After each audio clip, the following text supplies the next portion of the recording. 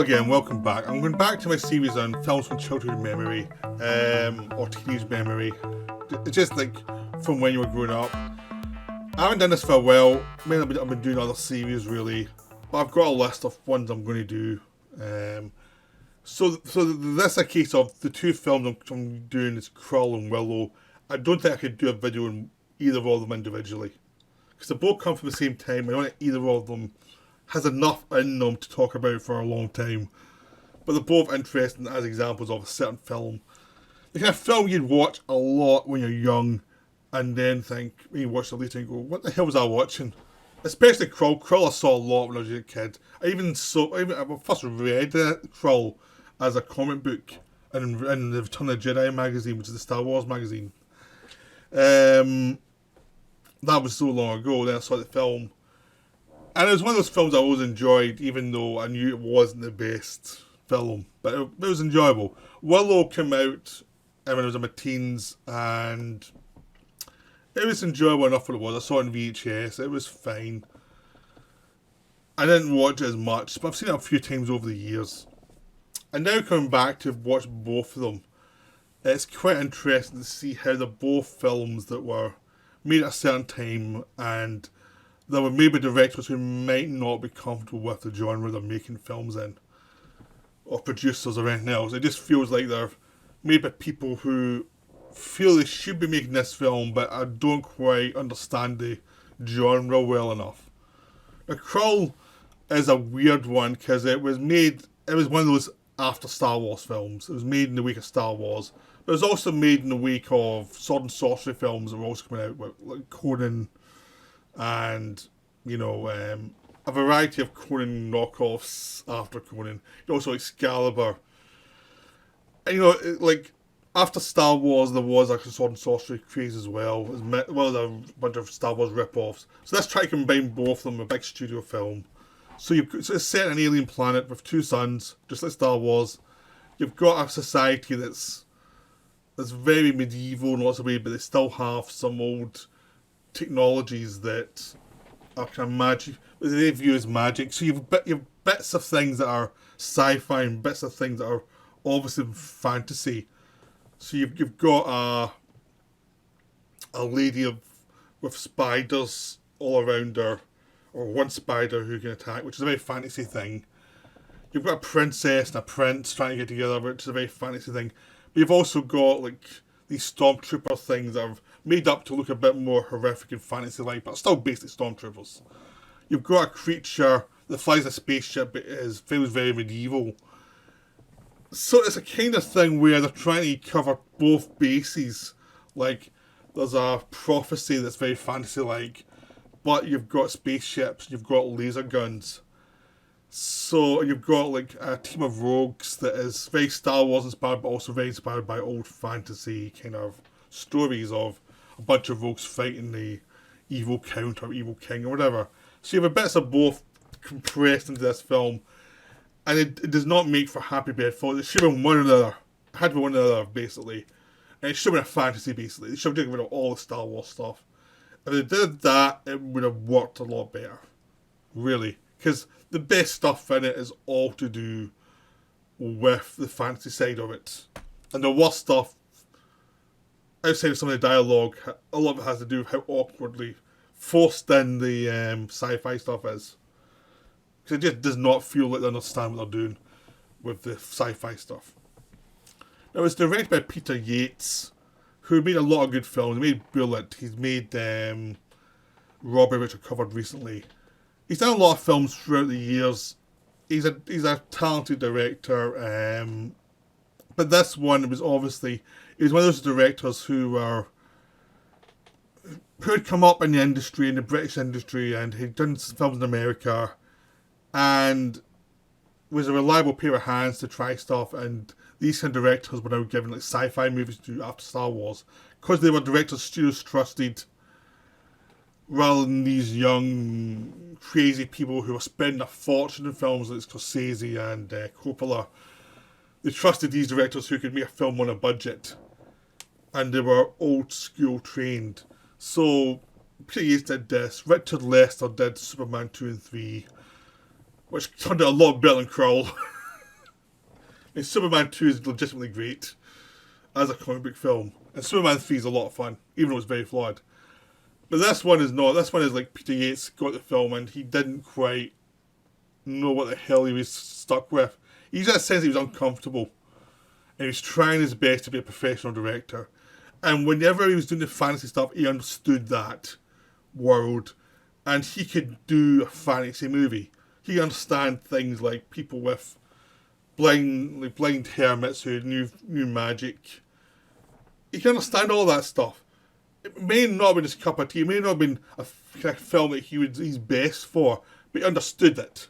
So those scenes felt very comfortable and confident. And even though they're not the best of the genre, you did feel you were in a decent pair of hands watching them. So whenever the film moved into this fantasy state, I was enjoying myself. It wasn't anything great, but I was enjoying myself because it was something that was... I understood, the director understood. You know, it wasn't breaking any new rules, but it was enjoyable to watch. The sci-fi stuff, he didn't have a clue. He just was like, I don't get this. Because it doesn't make any sense part of the story. It's like, these creatures come here and dominate the world for no reason beyond just being bullies. And there's lots of ancient things that could kill them. And that's it, but it's not made sense of in a sci-fi way, but they've got lots of sci-fi things that could kill them that don't really make sense. It's just like, to even try and break it down would be a waste of time because there was not enough energy put into actually making sense of anything sci-fi in this film. Like, if it was just like foreign invaders from another area who had this moving castle, this magic moving castle, it would be pretty understandable what everyone was doing, what the motivations were. So you put sci-fi in, it opens up lots of questions that you don't really want answers to, because all the answers they're trying to say sci-fi feel like fantasy answers just been redressed as sci-fi. So ultimately it's just like, it's a waste of time. It's just they added this stuff in to make it look like Star Wars. And it doesn't make any sense. So it's just like, and it's awkward, and you can feel in the film it's awkward. There's also other stuff that's awkward, like there's the first 10 minutes. It's pure setup, there's not any character stuff. And the dialogue's terrible. The female lead and the male lead are both looking awkward. They're fine later on in the film, you know, when they're given stuff to do on their own. But the romantic dialogue is just so terrible, and it's like almost like everyone involved in it is just trying to get through as quickly as possible because they all know it's garbage. Everyone in this film knows this bit's garbage. It's been badly written, it's badly conceived. What they're saying makes no sense. Let's just rush through it quickly to get to the action stuff. So it's one of those things where it's always a director stuck with a bad bit of writing. And he just pushes through as quickly as possible. But for the first 10 minutes of this film, it's very hard to get through. It's like, the direction's not great. It's rushed. As if to say, it's almost like there was a longer version of the film. And they cut it down as quickly as possible to get through this section that wasn't well brought together. Wasn't well thought through. Just wasn't working. So, you have that issue. But then once that gets past, it's fine. Because you got any fantasy, a man in a quest to find his love, an old guy who's a wizard who helps him, who also has a past he has to deal with. The rogues gallery of people helping him are all ex-criminals. And here you get a lot of good British character actors getting paid a lot of money to be nonsense and having a lot of fun. Basically, Freddie Jones plays the Alec Guinness part, you know, the Obi-Wan Kenobi for this guy. You've got Liam Neeson, Alan Armstrong, and Robbie Coltrane as three of the criminals. And a bunch of other faces you'll recognise. You have Francesca Annis as the Woman of the Web, who's the creepy old woman with the spider protecting her. She's having fun, having pretty friends with a nice scene together. You have a lot of character actors just having fun in those scenes.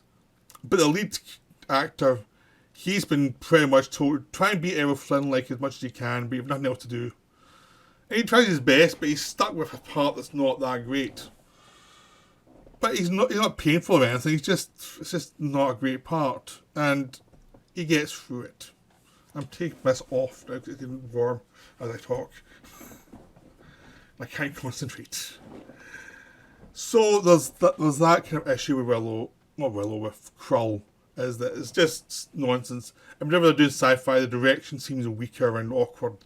Because this is Peter Yates, who did the action in Bullet, did the car chasing action in Robbery. He's good at action, but he's tried to do action some of the time in the sci-fi stuff that's not motivated. As soon as he gets a fantasy sequence, it feels like the action's motivated. But it's just like he's been stuck with a dud screenplay that doesn't make sense, and probably need a rewrite to get rid of all the sci-fi stuff. So that's Krull. It's still enjoyable. It's enjoyable nonsense. You can watch it quite happily. It's not that motivated as a story, but it's enjoyably put together despite all its flaws. Mainly because the production design, the photography, and the supporting actors. And basically anyone who's talented and who's a face you'll recognise, there's a very good chance they'll die in the film. It's kind of like it's like a slasher movie for anyone with talent or with a decent part. Willow is a weirder one in the sense that I found the first 40 minutes of this film to be pretty dire. It feels like they're definitely trying to do Star Wars with Lord of the Rings things as well, and George Lucas trying to take the fantasy genre apart the way he did with the sci-fi with Star Wars. He's less successful at this because it's a bit more literal, because he's taken so much from the fantasy genre and put it into Star Wars in a sci-fi setting. He understood how to mix them the way that Krull never could. How to do sci-fi with princesses and things like that. Here he has to go to the literal source, and it's less interesting. But it's still not terrible. It doesn't work as well as some other films in the genre that come later. I mean, it's not anywhere near as good as Lord of the Rings or a lot of fantasy films that followed. It's not as good as Conan, which came before it, which is a better sense of its own self really. But it's once you get beyond a certain point, it becomes more enjoyable. Once they're actually on the run, Willow's on the run with Val Kilmer's character, who's first Han Solo in a new form, and they're on the run from Joanne Whalley, who is the daughter of the big evil queen, and her sidekick, and there's a lot of chase sequences and things. It is enjoyable. There's lots of fun sequences. There's Val Kilmer's having fun with the scoundrel character. There's enough escapes and weird things happening that for it to be enjoyable, it's just the first 40 minutes where they have to get the story set up. There's a problem in a sense because Ron Howard is not very confident in the fantasy genre. It's that thing where whenever the film has a lot of professionals really doing the work with the action scenes and the chase sequences, and it kind of comes to life. But during the setup scenes where you need the imagination, the design, and the way the shots go, and the approach to the dialogue scenes, there's not much there. It just feels like it's very much just very rote. Because it's the village of the small people in this one, it doesn't feel like it's a place you're interested in being. It's a place you want to get out of as quickly as possible. It's not like Lord of the Rings where they spend time in Hobbiton and you get to know the characters and you really into the characters and you've seen the village from their point of view. Here it also feels very outsiderish. There's lots of scenes of them all running around, all these lot of people running around, that makes it look comical rather than a sense of this is their world and you're seeing it from their point of view. Instead it just feels like an outsider point of view always, and it's all these people barking at each other and it's like it's just not interesting. There's a lot of characters that are not really that well developed, and you don't particularly like Willow either that much at the start because the setting's not great. He's just a bit loud with these characters and it's not particularly interesting to see. So at this point you're thinking, no, this film's in real trouble because I don't care about anybody. But once they put Willow on the actual journey, and once they put him with Val Kilmer's character, he has to interact, the character becomes a lot more likeable and a lot more interesting. It's just when he's with his own people, it's just not well directed. And it's not well written. It just feels like it's, a mess of lots of stuff. It feels a lot more like the early scenes in The Hobbit, where there's a lot of mess of characters and you're not that interested in any of them. It's just the way you do this, and this film doesn't do it very well. But once they're actually on the run, and him and Val Kilmer's characters are changing each other a little bit, it's the usual stuff. There's potions, there's love potions, where Val Kilmer falls in love with his future real-life wife, and just stuff like that. It just kind of starts to work in a silly way, but it gets a lot darker and more interesting as it goes. There are some comic relief. Kevin Pulpy is this minute person who's a pest throughout the film, and he never gets very enjoyable. But as the film goes on, the idea is Willow's trying to protect his baby from these people trying to chase and kill it.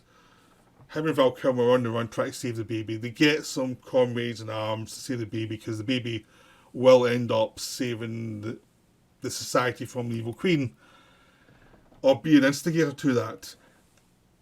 That becomes much more of a better plot as it goes on, as they face trials to protect his baby from being killed. You start to like the characters more as they actually sacrifice things to save the baby, as they go through trials to save the baby. As the world gets darker, as you start to see places that's been cursed, it becomes a film a bit more weight to it, in the sense that you're more with them. But the direction never really gets that inspired. You always feel in this film that they needed someone else directing it. It just did not feel like you the right director on this one. There's nothing there that's inspired, or like visually, or even scene to scene. It feels like a film that's been well edited rather than well directed. It feels like a film that's been paced up really well, and the actors are enthusiastic, but the camera never feels that confident. The camera never feels confident. It just feels like very fast. Like it's been cast decently, but the writing's not amazing. But there's enough ideas there, and the setup's done well enough. You actually start to enjoy it. It's just one of those films that is not quite there, but it's enjoyable for what it is. There's the best bit is a scene in the castle where they're getting attacked by all these creatures, and one of the bits of magic creates this other creatures, traded monsters, killing everybody. That's probably the best, most fun sequence. The end's enjoyable, if a bit over the top, but still enjoyable. I mean, there's a scene where they're down this, escaping from the villains in the snow on this shield. That's enjoyable. It's very Bond-like. Like they did that in a Bond movie not long before on Living Daylights, but in that one it was a violin. This huge, not violin, one of those huge things. And that was done better than that film. But it's still done well here as well.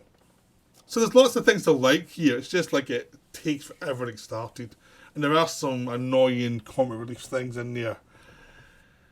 But it's not bad though. I mean, I can see why people really like this film. I also see why people don't like this film. It's like one of those weird films. Like, for the first 40 minutes, I was really finding it excruciating. But after that, I got into it. But I can see arguments from both sides of this one.